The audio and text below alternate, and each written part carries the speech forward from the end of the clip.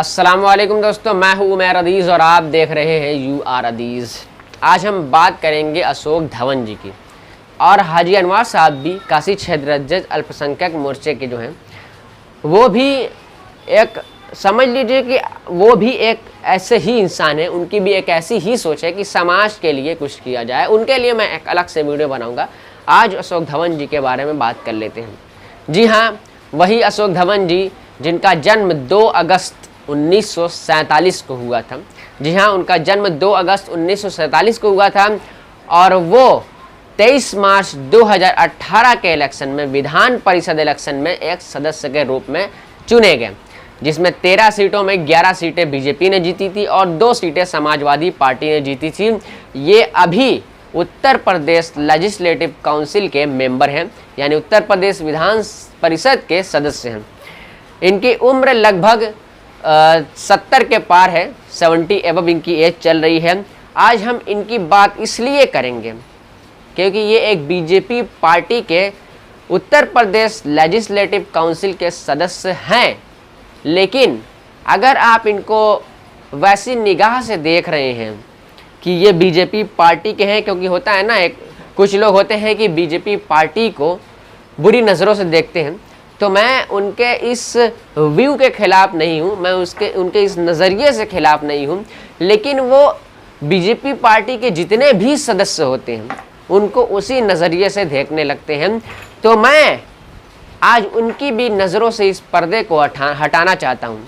हालांकि किसी भी पार्टी को उसके मेंबरों से देखना चाहिए, क्योंकि पार्टी ख़राब नहीं होती। मैंने पहले भी कहा था कि पार्टी ख़राब नहीं होती, पार्टी के सदस्य अच्छे या बुरे हो सकते हैं। अगर पार्टी में अच्छे सदस्य जुड़ जाएं तो पार्टी अच्छी हो जाती है, और पार्टी में अगर बुरे सदस्य जुड़ जाएं तो पार्टी बुरी हो जाती है।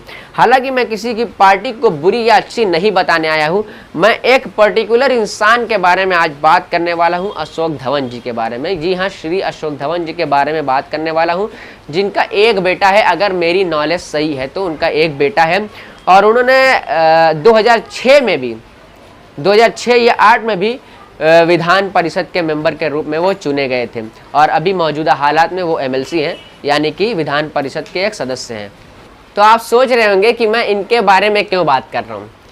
मैं इनके बारे में इसलिए बात कर रहा हूँ क्योंकि इन्होंने ख़ास तौर पर मेरी बहुत जगह मदद की है। ऐसी जगह मैं फंसा हूँ कि इन्होंने मुझे उस मुसीबत से बाहर निकाला है। जी हाँ, तो इसलिए मैं इनकी बात करना चाहता हूँ, क्योंकि इनको उस नज़र से ना देखा जाए। अगर ये पर्टिकुलर इंसान, अगर आप इनके बारे में बात करेंगे कि ये कैसे हैं, तो इनका स्वभाव, इनका कैरेक्टर बहुत ही ज़्यादा अच्छा है।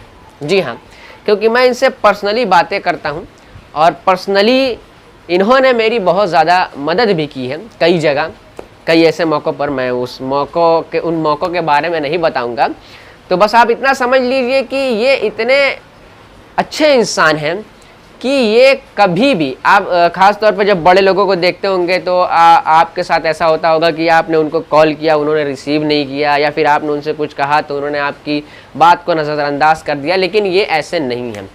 तो क्योंकि मैं ये इसलिए भी कह रहा हूँ क्योंकि ये हैं तो बीजेपी पार्टी के सदस्य, लेकिन इनकी दूसरी पार्टियों के दूसरी पार्टी के लोग भी इनकी बड़ी तारीफ़ करते हैं। क्योंकि आप जानते हैं कि मैं हर पार्टी के सदस्य से, हर पार्टी के नेता से मिलता रहता हूं, तो मैं नाम नहीं लूँगा, लेकिन कई लोगों ने मुझे इनके बारे में बताया। और मैं एक ख़ास बात आपको बता दूं, ख़ास बात यह है कि 2006 का जो शासनादेश पास हुआ था समाजवादी पार्टी द्वारा, बुनकरों को लेकर फ्लैट रेट पर जो बिजली उनको दी गई थी, जो विद्युत दी गई थी, जो इलेक्ट्रिसिटी फ्लैट रेट पर मुलायम सिंह यादव जी की सरकार ने दिया था बुनकरों को, वो पास तो किया था समाजवादी पार्टी ने, लेकिन उसमें कहीं ना कहीं बहुत ज़्यादा मदद की थी अशोक धवन जी ने। जी हाँ, यही अशोक धवन जी ने उस समय इस फ्लैट रेट को पास कराने में बहुत ज़्यादा योगदान दिया था। हालांकि पास किया था समाजवादी पार्टी ने, और उनका भी हमें शुक्रगुजार होना चाहिए कि समाजवादी पार्टी ने इतनी बड़ी चीज़ दी, लेकिन उसमें कहीं ना कहीं मेहनत होती है जिन लोगों की, तो उसमें सबसे आगे थे अशोक धवन जी।